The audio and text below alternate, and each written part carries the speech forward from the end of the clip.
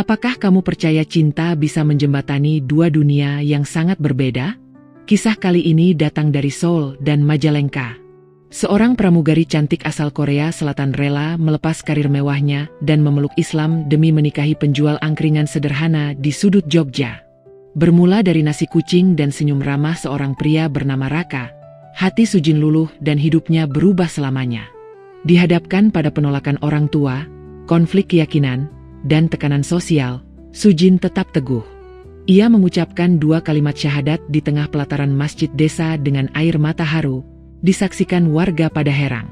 Kini ia hidup damai sebagai Aisyah, membuka warung angkringan halal di Seoul bersama sang suami dan menginspirasi banyak hati di Korea. Kamu nonton dari kota mana? Tulis asal kota kamu di kolom komentar ya. Siapa tahu kita bisa kenalan. Udara malam di Jalan Malioboro masih hangat meski sudah lewat pukul 11. Lampu-lampu jalan kuning temaram memantul di aspal basah sisa hujan sore tadi. Di antara deretan angkringan yang berjejer di tepi trotoar, satu gerobak kayu tampak lebih ramai daripada yang lain. Asap tipis mengepul dari arang yang menyala merah, mengiringi aroma tempe bacem dan sate usus yang menggoda. Di balik gerobak itu, seorang pria mengenakan kaos abu dan peci putih sibuk membalik sate dengan tangannya yang cekatan. Namanya Raka Permana. Usianya 32 tahun. Lahir dan besar di Majalengka, lalu merantau ke Jogja 3 tahun lalu untuk membuka angkringan sendiri di daerah Sosrowijayan. Ia dikenal murah senyum, tak pernah meninggikan suara, dan selalu pamit salat tepat waktu. Setiap malam, pembeli datang dan pergi, kebanyakan mahasiswa dan wisatawan asing yang penasaran dengan nasi kucing. Malam itu, dari ujung gang, melangkahlah seorang perempuan berambut panjang terurai, mengenakan jaket putih dan topi bulat. Dia sempat berhenti beberapa kali, melihat kiri kanan, lalu berjalan mendekat ke arah angkringan Raka. Wajahnya oriental, dan ia tampak ragu saat berdiri di depan gerobak. "Excuse me, makan, Her?" tanyanya dengan aksen asing. Raka menoleh, sedikit terkejut, tapi langsung tersenyum. "Iya, bisa makan di sini. Duduk saja, Mbak." Perempuan itu tampak lega. Ia duduk di kursi kayu panjang dan meletakkan tas selempangnya. "Nama saya Sujin," katanya pelan, sambil menunjuk dadanya. Raka mengangguk sopan. "Saya Raka," jawabnya singkat, lalu menunjuk etalase kecil berisi nasi kucing dan berbagai lauk. "Silakan pilih. Ini nasi kucing kecil, tapi enak." Sujin memandangi makanan-makanan itu dengan mata penasaran. Ia menunjuk ke 3 bungkus nasi yang dibungkus daun pisang kecil dan sepotong sate telur puyuh. "Saya coba ini dan ini." Raka melayani dengan hati-hati. Sujin mengambil sendok plastik dan mulai makan perlahan, sesekali mencium aromanya sebelum menyuap. Ia tampak benar-benar menikmati setiap rasa. "Enak," katanya, sedikit kaku. "Saya suka." Raka hanya tersenyum. Ia melanjutkan membalik sate sambil sesekali mencuri pandang ke arah perempuan asing itu. Sujin tampak berbeda dari kebanyakan turis. Ia tidak sibuk memotret atau merekam video. Ia hanya duduk diam, menikmati makanannya, dan memandang sekeliling dengan rasa ingin tahu. Selesai makan, Sujin membuka dompet dan membayar. "Berapa?" Raka menghitung cepat. 15.000 saja. Sujin menyerahkan 2 lembar uang 20 ribuan. Saat Raka hendak memberi kembalian, Sujin berkata, "Tak apa, ini tip." Raka menolak halus. "Tidak usah. Di sini tidak biasa kasih tip." Sujin tersenyum. "Tapi kamu baik." Wajah Raka sedikit memerah. Ia menunduk sambil membersihkan tangan dengan kain lap. Sujin berdiri perlahan dan mengambil ponsel dari sakunya. Ia menyalakan kamera, mengarahkan ke piring kosong dan gelas teh jahe, lalu diam-diam memotret wajah Raka saat lelaki itu sedang menunduk. Ia menyimpan ponselnya cepat-cepat. "Makasih ya," katanya dalam bahasa Indonesia yang terdengar lucu. Raka hanya tersenyum dan mengangguk. "Sama-sama." Sujin melangkah pergi. Saat tubuhnya mulai menjauh di antara keramaian malam Malioboro, Raka baru menyadari bahwa perempuan itu tidak hanya datang untuk makan. Langit Jogja sore itu berwarna jingga lembut. Angin tipis bertiup membawa aroma hujan yang tertahan. Di sudut jalan Sosrowijayan, angkringan Raka sudah mulai digelar lebih awal dari biasanya.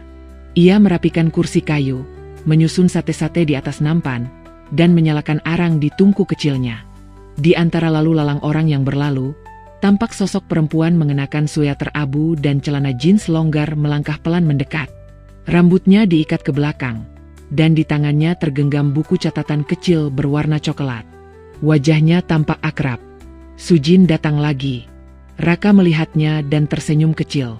"Sore, Mbak Sujin," sapanya. Sujin mengangguk, lalu duduk di kursi yang sama seperti malam sebelumnya. Ia membuka catatan kecilnya dan menunjukkan tulisan tangan yang masih kaku. "Nasi kucing rice small portion. Teh jahe gingerti. Gorengan fried food." Raka tertawa kecil. "Belajar bahasa Indonesia, ya?" Sujin tersipu. "Saya suka bahasa kamu." Ia menunjuk etalase makanan. "Hari ini, saya mau coba ini," katanya sambil menunjuk tempe bacem dan sate usus. Raka mengambilkan makanannya dan menuangkan teh jahe ke dalam gelas plastik bening. Sujin memakan dengan perlahan, sesekali menulis di bukunya. "Tempe bacem sweet se tofu. Enak banget, very delicious." Malam semakin gelap, tapi suasana angkringan menjadi lebih hangat. Sujin mulai lebih banyak berbicara, meski terbata. Raka pun meladeni dengan sabar, mengajarinya menyebut nama-nama makanan dengan intonasi yang tepat. "Ini, sate apa?" tanya Sujin. "Sate usus. Usus ayam." "Usus?" Sujin melongo lalu tertawa geli. "Saya makan usus." Raka ikut tertawa. "Iya, tapi enak, kan?" Sujin mengangguk kuat. "Enak, tapi kalau di Korea, tak biasa." Sujin mulai bercerita, kali ini lebih panjang, tentang keluarganya di Seoul, tentang pekerjaannya sebagai pramugari, dan bagaimana ia suka melihat kota-kota dari ketinggian. Raka mendengarkan dengan penuh perhatian. Ia tidak paham semua kata, tapi ia mengerti dari ekspresi dan suara Sujin yang kadang bergetar, kadang riang, kadang pelan seperti menahan rindu. "Kenapa kamu ke Jogja?" tanya Raka. Sujin menatap langit sejenak. "Saya capek. Dunia saya terlalu cepat. Di sini lambat, tapi tenang." Mereka diam sejenak. Suara sendok, arang, dan lalu lintas di kejauhan menjadi latar yang tidak mengganggu. Sujin meminum teh jahenya perlahan. Ia menatap Raka lalu berkata, "Kamu beda dari orang kota." Raka tersenyum tipis. "Saya bukan orang kota. Saya dari desa, Majalengka." Sujin mengangguk. "Kamu jujur. Saya suka." Raka menunduk. Ia bukan orang yang pandai menerima pujian. Ia hanya bisa menyunggingkan senyum singkat dan kembali menyusun sate-sate yang mulai matang. Ketika malam makin larut, pembeli mulai berkurang. Sujin mengemasi bukunya. Sebelum pergi, ia berkata pelan, "Besok, saya datang lagi. Boleh?" Raka mengangguk pelan. "Boleh." Langit pagi di Jogja berwarna biru pucat. Di penginapan sederhana kawasan Sosrowijayan, Sujin duduk di balkon lantai 2. Di hadapannya terbentang halaman kecil dengan suara burung dan deru motor dari kejauhan. Di pangkuannya, tergeletak secari kertas HVS putih, penuh goresan tinta hitam yang tampak ragu. Ia menulis sambil membolak-balik kamus kecil bahasa Indonesia-Inggris. Tangannya gemetar saat menulis, bukan karena takut, tapi karena perasaan yang tak bisa ia gambarkan. Sudah 3 hari ia memikirkan ini. Sejak ia duduk sendirian di kamar malam lalu, membaca kisah Nabi Ibrahim dan tangisnya jatuh begitu saja tanpa aba-aba. Perasaannya seperti dijewer pelan oleh sesuatu yang asing, tetapi dalam. Ia tidak tahu bagaimana mengekspresikan isi hatinya kepada Raka. Bahasa mereka masih terbatas, dan rasa yang tumbuh tak bisa hanya diucapkan dengan kata-kata seadanya. Ia ingin menyampaikan bahwa perasaannya bukan sekadar kagum. Ia ingin tahu lebih banyak tentang hidup Raka, tentang keyakinannya, dan tentang damai yang selalu memancar dari cara pria itu bersikap. Sujin menyusun kata-kata dengan saksama, meski tulisannya masih kacau. Raka, saya mau bilang bahwa saya suka suasana dengan kamu. Saya suka makanan, tapi lebih suka hati kamu. Saya mau tahu lebih banyak tentang Islam. Boleh saya belajar? Surat itu ditulis dengan hati-hati. Setiap kata ia baca keras-keras, memastikan setidaknya bisa dimengerti. Setelah itu, ia melipatnya kecil dan memasukkan ke dalam amplop putih yang ia beri tulisan tangan. Untuk Raka. Sore harinya, angkringan sudah mulai ramai. Sujin datang lebih awal. Ia mengenakan dress panjang krem dan jaket denim, dengan rambut dikuncir ke belakang. Begitu duduk, ia langsung menyodorkan amplop itu ke Raka. Raka tampak terkejut. Ini apa, Mbak?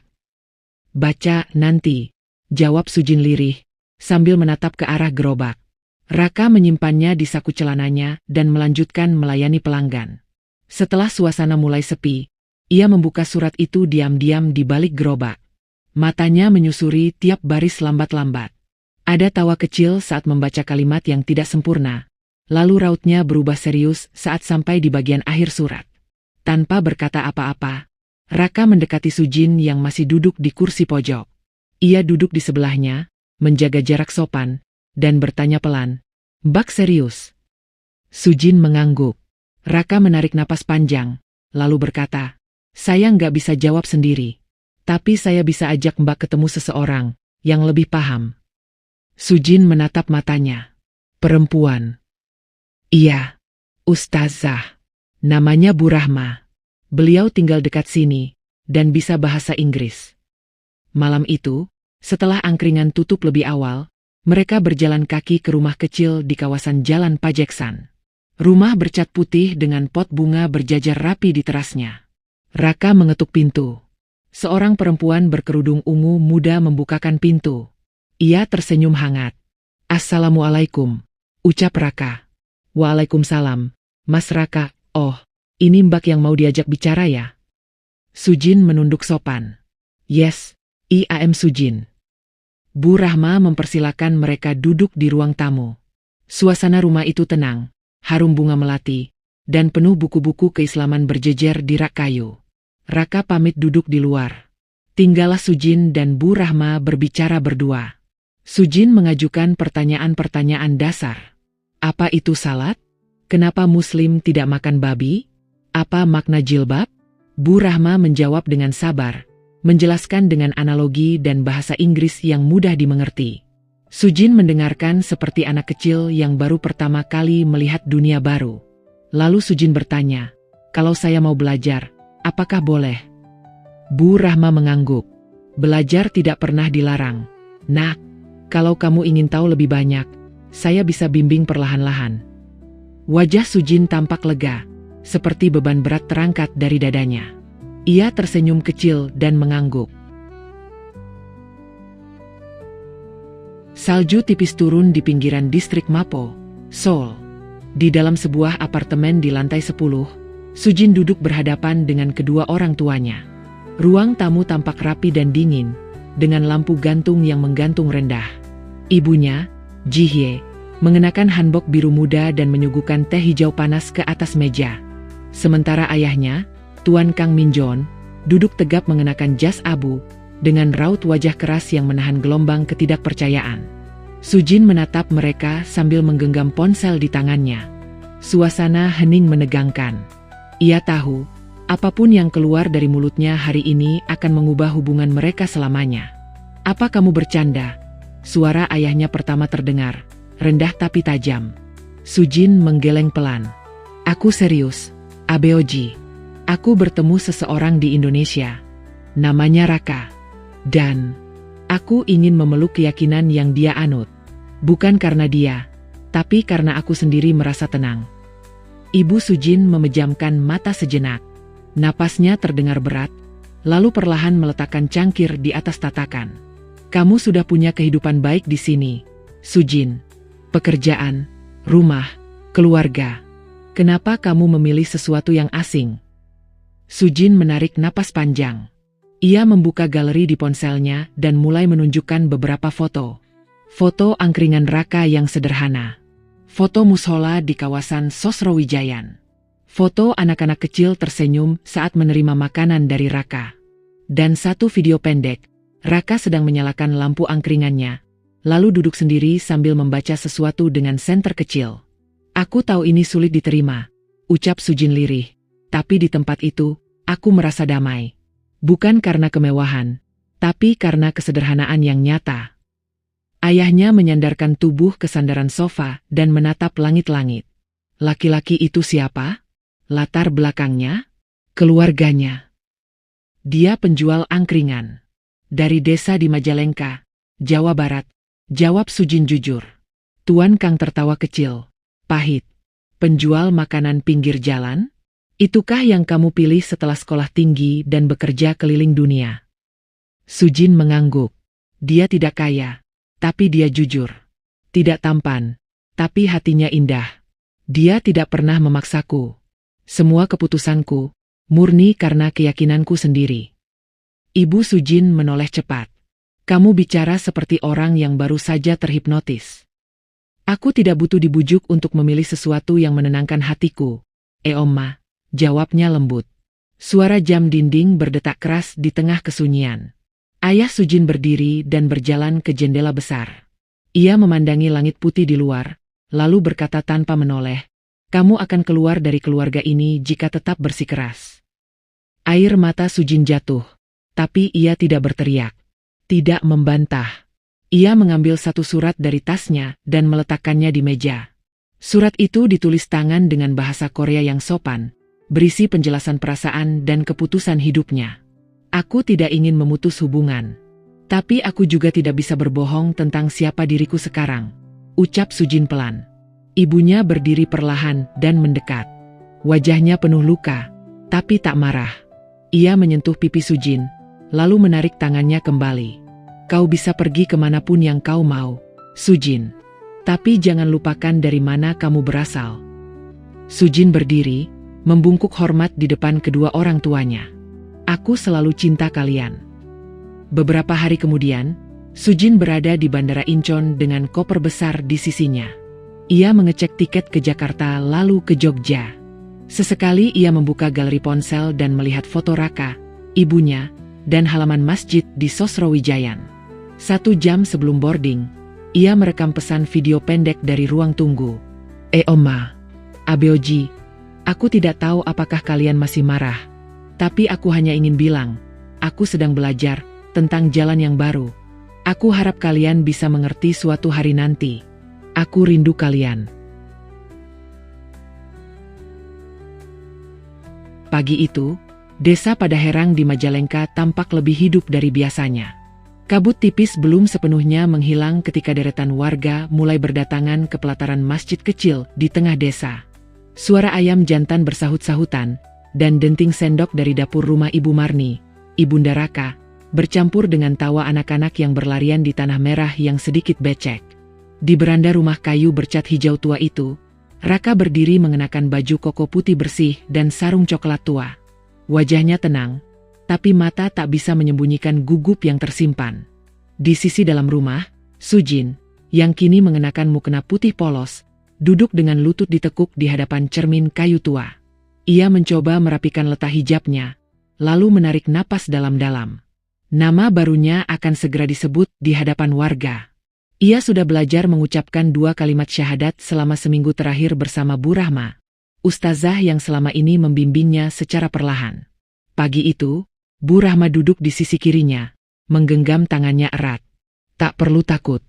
Ini bukan tentang bisa atau tidak. Ini tentang niatmu, ucap Bu Rahma lembut. Sujin menatap wajah perempuan parubaya itu. Saya siap, katanya dalam bahasa Indonesia yang masih patah-patah. Tepat pukul 9 pagi, masjid kecil itu mulai penuh. Di pelatarannya yang diteduhi pohon randu besar, dibentangkan karpet hijau tua dan tikar pandan. Para ibu duduk bersisian, beberapa membawa tumpeng dan kue-kue basah. Anak-anak duduk berjejer di depan. Para bapak bersarung rapi menyambut setiap tamu yang datang. Raka berdiri di depan mimbar kecil, berdampingan dengan Pak Kiai Syaiful, imam masjid dan tokoh agama desa yang dihormati. Wajah Raka tidak bisa menahan sorot bangga dan syukur saat melihat Sujin berjalan pelan dari arah beranda, ditemani Bu Rahma dan dua perempuan tetangga yang sudah akrab dengannya selama di desa. Wajah Sujin terlihat tenang. Tak ada keraguan di langkahnya. Di hadapan seluruh warga, Pak Kiai mengangkat mikrofon sederhana. Saudari kita hari ini datang dengan kerendahan hati dan keinginan besar. Namanya Kim Sujin, asal Seoul, Korea Selatan. Ia ingin bersyahadat hari ini. Kita doakan bersama semoga perjalanannya diridai Allah. Suasana mendadak senyap. Angin lembut berembus dari arah persawahan. Hanya suara burung gereja yang terdengar di sela-sela sunyi. Pak Kiai menatap wajah Sujin, lalu membimbingnya pelan. Ulangi, nak, pelan-pelan saja. Sujin menggigit bibirnya sejenak, lalu mulai melafalkan kalimat yang sudah ia latih berkali-kali. Asyhadu an la ilaha illallah, wa asyhadu anna Muhammadan Rasulullah. Suara itu terdengar ragu di awal, tapi jelas. Warga menyambut dengan takbir pelan. Beberapa ibu tampak menyeka air mata. Bu Rahma memeluk Sujin dengan mata basah. Raka berdiri membatu. Pandangannya tidak bisa lepas dari sosok perempuan yang kini bukan lagi hanya orang asing yang menyukai nasi kucingnya. Di hadapan warga, Sujin mengucap pelan, "Nama saya Aisyah." Ibu Marni mendekat, menggenggam tangan Sujin, lalu menempelkan pipi ke pipinya. "Selamat datang, Nak Aisyah." Setelah prosesi selesai, warga berkumpul di halaman depan rumah Ibu Marni. Tumpeng disajikan di meja panjang dari kayu jati tua. Ada telur pindang, ayam goreng bumbu kuning, dan urap yang harum sekali. Warga duduk melingkar, bergantian mengucapkan selamat dan mendoakan. Aisyah duduk di samping Raka, masih mengenakan mukena putih, tapi sudah membuka penutup kepala. Rambutnya dikepang rapi, dan wajahnya tampak bersinar. Ia berbicara pelan dengan anak kecil bernama Nita, yang sejak pagi tak berhenti menatapnya. "Kakak orang Korea, ya?" tanya Nita sambil menyodorkan biskuit. Aisyah mengangguk. "Iya, tapi sekarang orang pada heran juga." Gelak tawa kecil terdengar di sekeliling mereka. Awan siang mulai menggantung rendah. Angin membawa aroma masakan dan bau tanah basah. Seekor ayam melintas di antara kaki para tamu, dikejar anak kecil. Pak Kiai kembali menghampiri, membawa selembar kertas kecil dan pulpen. "Aisyah, kalau tidak keberatan tolong tanda tangan di sini, sebagai bukti administrasi untuk ke kantor KUA." Aisyah mengambil pulpen itu dengan tangan kanan, lalu menandatangani lembar tersebut pelan-pelan. Udara sore di kawasan Hongdae, Seoul, mulai terasa sejuk saat matahari menurun perlahan di balik gedung-gedung tinggi. Jalanan ramai oleh langkah anak muda dan musik jalanan. Tapi di salah satu gang kecil yang jauh dari keramaian utama, berdiri sebuah warung unik dengan papan kayu bertuliskan, "Kampung Rasa, Angkringan Halal Indonesia." Warung itu kecil, hanya terdiri dari gerobak kayu coklat tua dan 3 bangku panjang di bawah kanopi bambu. Tapi aromanya, aroma nasi kucing, sate telur puyuh, dan tempe bacem, menarik perhatian siapa saja yang melintas. Seorang pria berkaus polos dan celemek kain batik sibuk membalik sate di atas panggangan. Wajahnya masih sama, tenang dan bersahaja. Ia adalah Raka Permana. Di dalam dapur mini di balik tirai, Aisyah, dulunya Sujin, sedang menata piring dan mengecek stok bahan makanan. Ia mengenakan apron bermotif bunga dan hijab krem yang dililit sederhana. Senyumnya mengembang setiap kali mendengar suara pelanggan menyebut kata "enak" dalam bahasa Korea yang terpatah-patah. "Oppa, nasi kucing 2, teh jahe 1. Seru seorang mahasiswa Korea yang biasa datang setiap pekan. Raka mengangguk. 1 nasi kucing ayam, 1 sambal teri. Eneh. Itu sambalnya mantap." Aisyah tertawa kecil. Ia menyusun pesanan di atas baki kayu dan membawanya ke meja pelanggan. "Ini, silakan. Jangan lupa tiup dulu, masih panas." Mahasiswa itu tersenyum lebar. "Terima kasih, Aisyah Nuna." Di dinding luar warung, tergantung foto-foto kecil.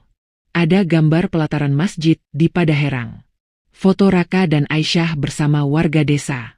Foto Bu Rahma yang dikirim lewat pos, terselip ucapan tangan yang ditulis dengan spidol merah. "Salam dari Majalengka, untuk Aisyah dan Raka di negeri dingin."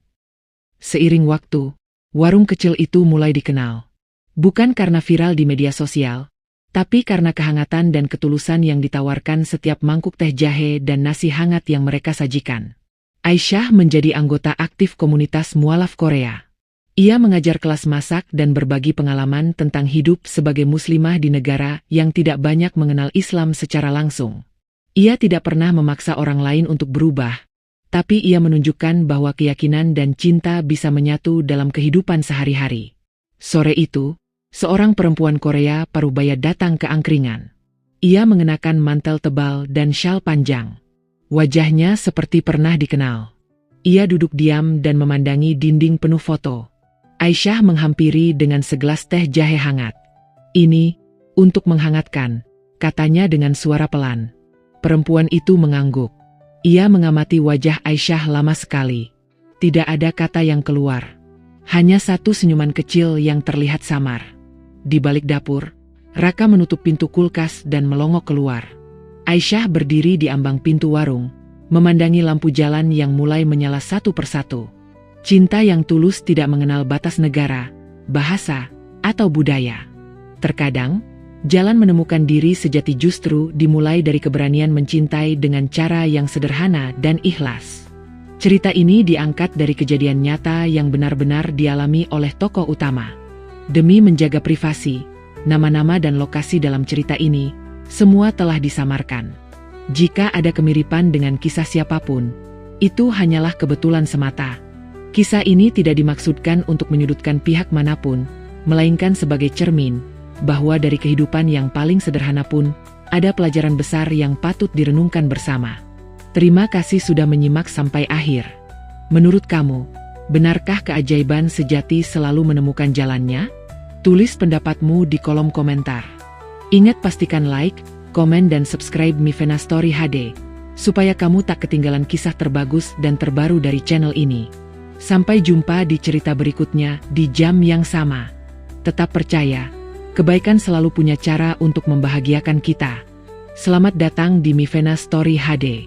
Salam hangat dariku, Bunda Fenty.